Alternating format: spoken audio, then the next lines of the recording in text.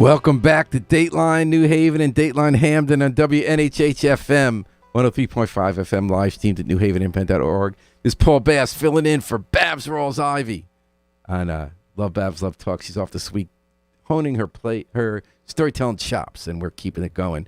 We've had a great conversation with Vin Morrow Jr., the town chair in New Haven, about all the stuff happening at the Capitol, statewide, in New Haven.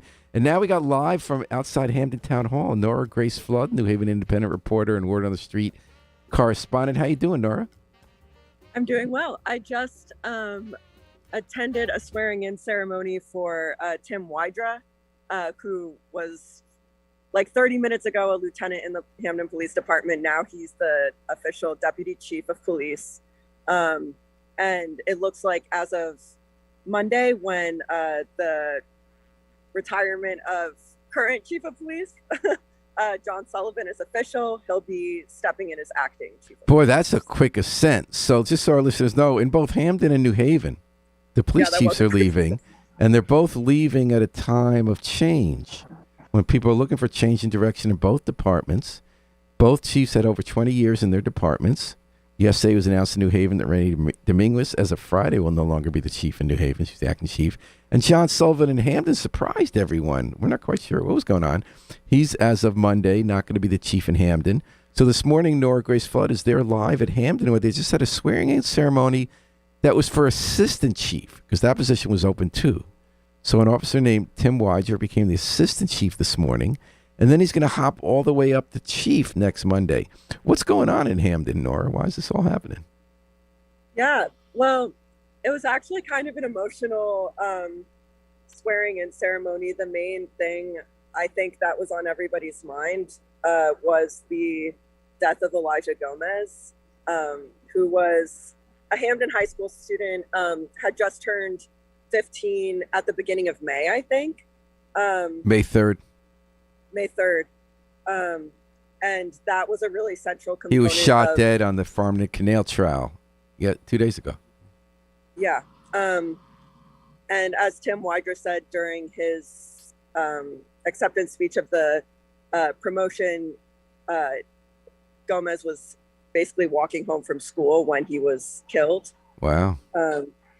And yeah, they were referring to it as the senseless tragedy, but also relating it to larger issues with gun violence and the necessity of preventing, of keeping youth safe.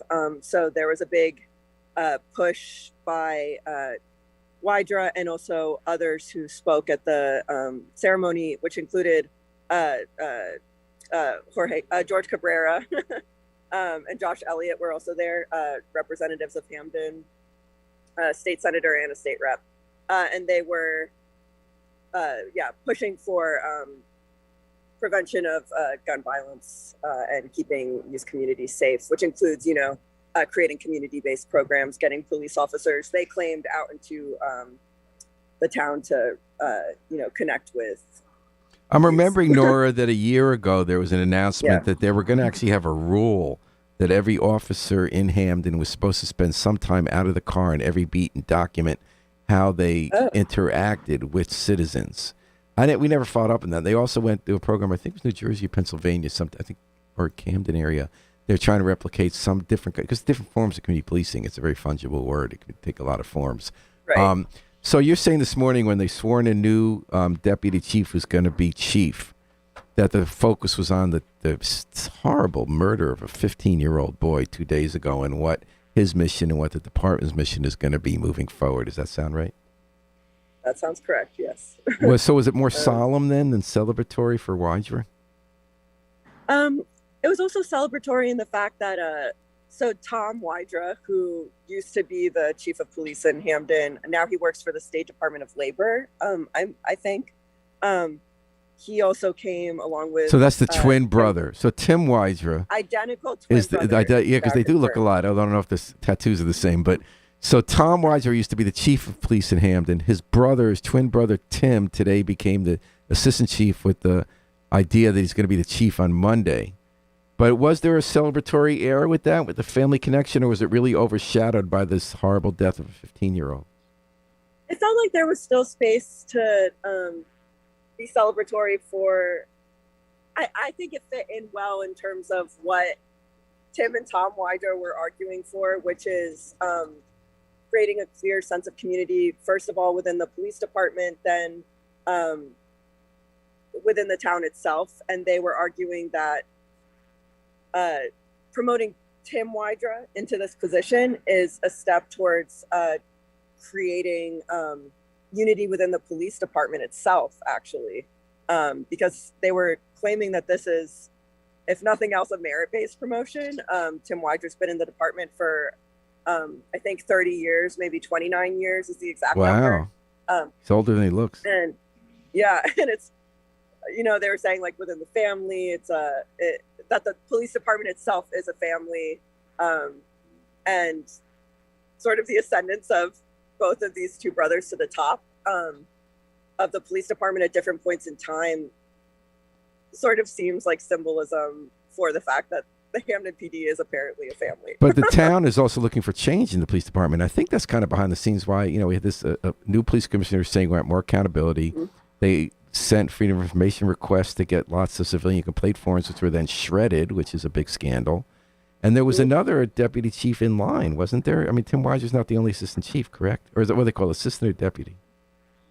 Well, there is another deputy police chief in Hamden currently. I can't remember his name, which is embarrassing. I think it's Kevin Semperi. Yes.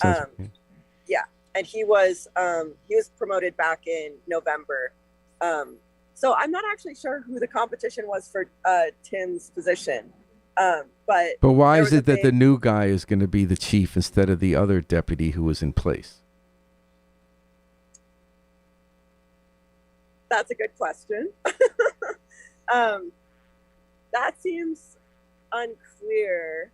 There are some off-the-record conversations, I think, at this point about what the police department is going to look like after budget deliberations occur tomorrow night, Thursday night, within town, because they're going to be debating the budget specifically for the Hamden Police Department. Mm-hmm. So there might be some changes and cuts of positions. So I think it's understood that Tim Wydra's position will be safe, and therefore he is considered. Okay, so there's obviously a lot of things often that aren't told to us that emerge later. So it sounds like Nora Grace Flood on the scene at Memorial Town Hall in Hamden, where they just swore in a new deputy chief who will be ascending just days later to become the chief, and in a ceremony that was overshadowed by the just horrible murder of a 15-year-old boy on his way home from school on the Farmington Canal Trail. Did they say there are any leads on that murder? They didn't share any leads on it. They just said that they were working very hard. They said they were working tirelessly on this specific case. So in other words, they didn't give any information. Okay. Typical rhetoric. They didn't give any information. But you gave us information. Thank you for giving us information on LoveBabz, LoveTalk. We're keeping the flame going, Nora Grace Flood. Thank you for your great reporting on Hamden and up-to-the-minute news. Thanks for joining us this hour. We're going to take a break now for 5 minutes while Harriet Jost brings us back from Zoom into real life.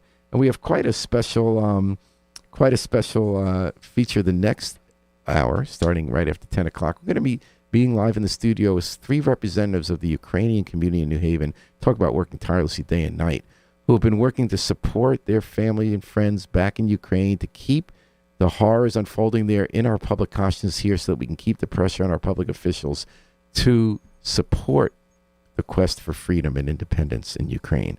So we're going to take a little break on LoveBabz, LoveTalk. Again, as always, with the Afro-Semitic Experience, performing I Wish I Knew How It'd Feel to Be Free from the CD, A Plea for Peace. Stick with us, folks. Maybe grab a cup of coffee, a little refill, and we'll get you on the rebound on the end of the hour in WNHH, New Haven's home for community radio.